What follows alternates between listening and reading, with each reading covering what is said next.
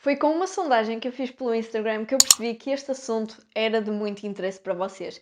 Eu fiz uma sondagem que vos mostrei títulos de vídeos possíveis que eu poderia trazer aqui para o canal e um deles era este que vocês estão a ver agora porque foi realmente o mais votado, que foi o que ninguém diz sobre comprar uma casa e que é importante saber antes de o fazer.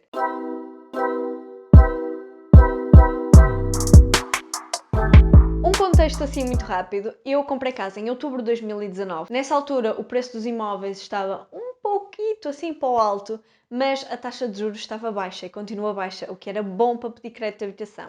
Eu decidi comprar a casa sozinha, portanto eu estou a fazer um crédito sozinha e então sabia o meu limite, sabia o meu budget, falei com o banco, sabia até onde é que eu podia ir. Na altura andei a ver apartamentos principalmente, porque pensei, ok, com este budget eu só consigo um apartamento. Vou esquecer a parte das casas, não consigo, é para esquecer. O que depois, mais para a frente, vão perceber que não é bem assim. Mas na altura eu andei a analisar durante meses os imóveis, onde é que havia, em que sítio é que eu queria morar, porque eu não tinha uma zona em específico. Eu sabia que queria uma zona litoral, e aqui para o norte, logicamente, mas não sabia a zona em específico. Então vi em vários sítios.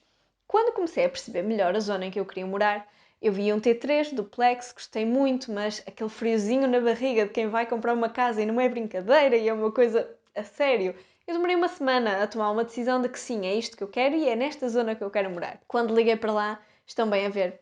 Pois, agora já vendemos, sabe? Tinha que se ter decidido antes. Fiquei muito triste, fiquei muito chateada, então passei para a minha segunda hipótese, que também era na mesma zona, T2 duplex. Tinha menos um quarto, eu preferia T3, mas era o que havia, se o outro tinha ido, tentamos o T2. Ligo e imaginem o que é que aconteceu outra vez. Pois, você demorou muito a decidir, sabe como é que é o mercado imobiliário, já perdeu a casa.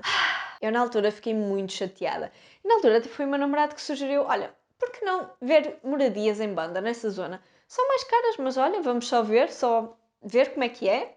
Curiosidade, não perdemos nada com isso. Então eu, ok, vamos ver. Marquei para ver uma moradia em banda, aqui na mesma zona onde eu tinha visto os outros apartamentos, e vim ver. A casa tem 20 anos, portanto eu sabia que ia haver algumas obras que eu ia ter que fazer na casa, mas de qualquer modo, ela quando foi feita já era uma casa bastante moderna para a altura. Tem coisas que não se espera numa casa de 20 anos, como por exemplo os stores elétricos. E então na altura eu gostei da casa, achei-a bonita, mas pensei, completamente fora do meu budget. E é aqui que entra a primeira grande dica que eu vos quero dar, que é o valor do imóvel é negociável. O valor que eles licitam lá não tem que ser obrigatoriamente o valor que vocês têm que pagar por ela. Eu não sei como é que está a funcionar nos mercados mais competitivos, como por exemplo o centro de Lisboa e o centro do Porto. Acredito que aí, como há muita procura, acredito que seja mais complicado negociar, mas nos outros sítios há a possibilidade de vocês conseguirem negociar. Só para terem noção, eu comprei esta moradia por 15 mil euros abaixo do preço que eles pediam por ela. Eu na altura vi que o dono, o proprietário da casa, estava a tentar fazer obras, andava aqui a fazer umas pinturas e assim, e ele estava a dizer que ia arranjar a casa e só depois é que vendia, então eu decidi dizer, olha, eu pago menos 15 mil euros pela casa, mas eu quero a casa conforme está. Não toca mais na casa, não mexe mais na casa, porque como eu sou da área, sou engenheira civil, o meu namorado é arquiteto, e como somos da área nós percebemos porque é que eles andavam a pintar. Eles estavam a tentar esconder alguns problemas e nós sabíamos quais eram os problemas e preferíamos fazer nós as obras, com os nossos contactos, com preços um bocadinho melhores que nós conseguimos e pagar menos pela casa do que propriamente pagar aquilo tudo pela casa e esperar que outra pessoa faça obras que nós não conseguimos controlar como é que vai ser feita. Portanto, dica número 1, tentem sempre negociar. Só podem ir até aquele valor? Espetem com esse valor, uma chamada para o imobiliário, olha, eu compro por este valor. O pior que pode acontecer é não aceitarem, portanto, não perdem nada. Vocês, quando pensam em comprar uma casa com crédito de habitação, não é só olhar para o preço da casa. Infelizmente, há imensas despesas que vocês têm para além disso.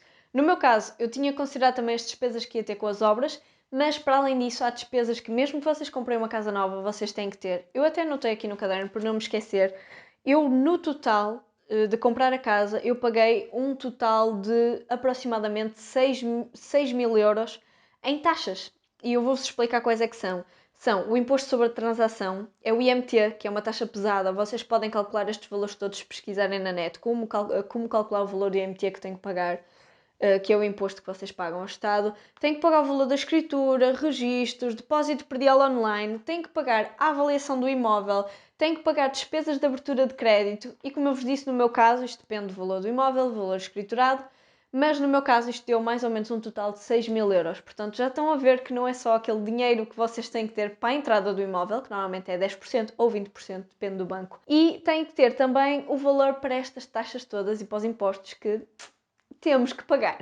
E mesmo que não façam crédito, vocês também têm que pagar os impostos, não é? Não é só para quem faz crédito, simplesmente para quem faz crédito há alguns que acrescentam, como por exemplo o imposto de selo sobre crédito e algumas comissões que dependem do banco. Outro custo que têm que prever se vocês decidem fazer um crédito de habitação é que, para além da prestação que vocês vão pagar mensalmente, vocês também têm que pagar 2 seguros. Um, que é o vosso seguro de vida, que caso vos aconteça alguma coisa, o crédito fica pago automaticamente. E outro é o seguro multirriscos, que é o seguro que protege o imóvel, que dá alguma segurança ao banco de que o imóvel não vai ser deteriorado, mesmo que o banco acabe a penhorar o imóvel, tem ali a garantia de que a casa se encontra nas condições iguais ou melhores do que aquelas que estava quando financiaram a pessoa. Portanto, já estão a ver que isto são 2 custos. Um deles mensal, o seguro de vida, que acresce ao valor da prestação, e outro anual, que é o seguro multirriscos, que normalmente paga-se uma vez por ano. São tudo valores que têm que ter em consideração que vão ter que pagar, por isso tem que se fazer bem as contas. As condições de crédito também são negociáveis, não se esqueçam disso. Vocês não estão simplesmente a pedir um favor ao banco, vocês estão a dar a ganhar ao banco também, porque vocês vão pagar juros, vão estar ali vinculados com o banco. Quanto mais segurança vocês derem ao banco de que vão pagar todos os meses, melhores condições vocês conseguem. Por exemplo, eu, como estava a fazer o crédito sozinha, apesar de eu ser efetiva na empresa onde trabalho e apesar de eu ter já o trabalho há algum tempo e ter condições relativamente boas de pagamento de crédito, eu decidi pôr os meus pais como fiadores, porque assim o banco tem mais uma segurança de que se eu não pagar, alguém há de pagar. Claro que não vai acontecer, não é? Mas para o banco isso é uma segurança que eles têm, e quanto mais segurança eles têm de que vocês vão pagar todos os meses, melhores condições eles vos dão, ou seja, menor spread vos dão. E isto é tudo negociável, e eu vou-vos dizer que na altura eu tentei logo no meu banco, que eu tenho desde muito cedo, e eles deram-me determinada condição. E então eu pesquisei qual era o banco do mercado que na altura estava a fazer condições melhores de crédito e pedi-lhes uma simulação. E eles deram-me essa simulação e eu reencaminhei outra vez para o banco que eu pretendia fazer o crédito lá, não é? Porque é o meu banco. E disse-lhes, olha, eu tinha muito gosto em fazer o crédito com vocês, mas eu tenho esta proposta. E esta proposta tem este valor de spread e tem estas condições. Portanto, ou vocês igualam as condições que eu tenho no outro banco, ou eu vou para outro banco fazer o crédito. E na altura, obviamente, o banco não tem interesse em perder clientes, portanto, eles igualaram as condições e eu fiz assim o crédito com condições bem melhores do que o que estava na primeira simulação que me deram. E para quem não está muito dentro do assunto, o spread ajuda a calcular o valor da prestação que vocês vão ter, o valor de juros que vocês vão pagar. Portanto, quanto menor for o vosso spread, melhor vai ser para vocês e menos preço vão pagar no fundo, no final, por todo o crédito que estão a fazer. Sempre que forem fazer um crédito, por favor, não confiem totalmente na pessoa que está a fazer o vosso crédito, no sentido de, eu não estou a dizer que ela vos vai enganar, mas ela não vai lutar pelos vossos interesses da mesma maneira que vocês próprios lutariam. Portanto, leiam o contrato todo. É muito chato ler o contrato do crédito. É muitas folhas. É muita coisa que nós não percebemos e não sabemos o que é que é. Eu tive de pesquisar muito na altura. Mas leiam tudo, cláusula a cláusula. Eu cheguei a alterar o meu contrato 2 vezes até assiná-lo. Eu pedi para mudarem lá uma cláusula que eu não concordava e não era o que tinha ficado acordado, apalavrado entre nós, entre mim e a gestora do banco. Então leiam muito bem o contrato. Peçam a alguém que perceba mais do assunto para ler para vocês se precisarem, mas leiam, sejam finos, têm mesmo de ler tudo direitinho. E depois também há aquelas questões se preferem taxa variável, se preferem taxa fixa. No meu caso, eu digo-vos, eu escolhi taxa variável, porque dificilmente a taxa de juros sobe ao ponto de igualar a taxa fixa.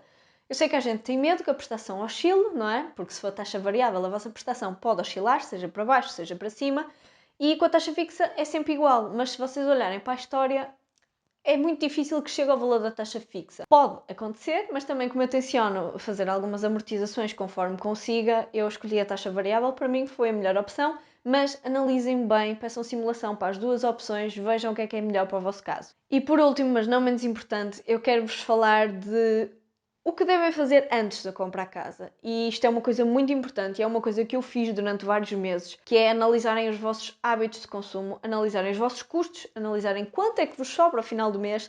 Se quiserem eu posso fazer um vídeo sobre gestão de finanças pessoais ou algo do género, porque eu tenho um sistema bastante aprimorado para fazer isso. E eu durante vários meses eu analisei os meus hábitos de consumo, quanto é que eu gastava, quanto é que sobrava, onde é que eu podia poupar, para perceber realmente se eu conseguia pagar a prestação confortavelmente sem ter que estar muito preocupada com isso todos os meses. E como eu já vos disse, eu quando comprei esta casa já sabia que ela tinha 20 anos e já sabia que ela tinha alguns problemas que eu precisava de resolver. Por exemplo, um deles era mudar a cobertura, que é uma cobertura plana, mas tem alguns custos. Eu já tinha noção de quanto é que isso me ia custar. E são tudo coisas que nós temos que avaliar quando vamos comprar a casa. Avaliar o que temos de pagar para além do valor da casa e do crédito. No meu caso era móveis, eu tinha alguns, mas havia muita coisa que eu não tinha. Possíveis eletrodomésticos que a casa ainda não tenha ou que nós precisamos de comprar. Obras que se precise de fazer. Contar com avarias ou alguma remodelação que não se esteja a contar, porque há sempre coisas aqui em casa também. Houve algumas despesas que eu não estava a contar ter e acabei por ter de ter, não é? Então essas coisas têm que ser todas muito pensadas. Não deixem assim mesmo a vossa conta a zero quando vão comprar uma casa que não seja nova, porque vai haver despesas que vocês vão ter que ter e vão ter que ter assim um pé de meia para gastar nessas coisas. Desculpem, a luz já está a ficar assim um bocado escuro, mas eu estou a gravar isto. Não é ao final do dia, mas sabem que isto anoitece por volta das 4 e tal ou 5, portanto é a luz que temos agora no final do vídeo. Eu espero que este vídeo tenha sido útil para vocês. Se quiserem que eu fale de algum assunto mais específico sobre isto, digam-me, porque eu sei que há muita coisa por falar. Eu tentei falar assim um pouco por alto, porque este assunto realmente tem muito pano para mangas e é uma coisa muito importante e que tem que ser muito pensada. Mas digam-me se quiserem também um vídeo sobre finanças pessoais. Deixem ali em baixo um comentário a pedir isso.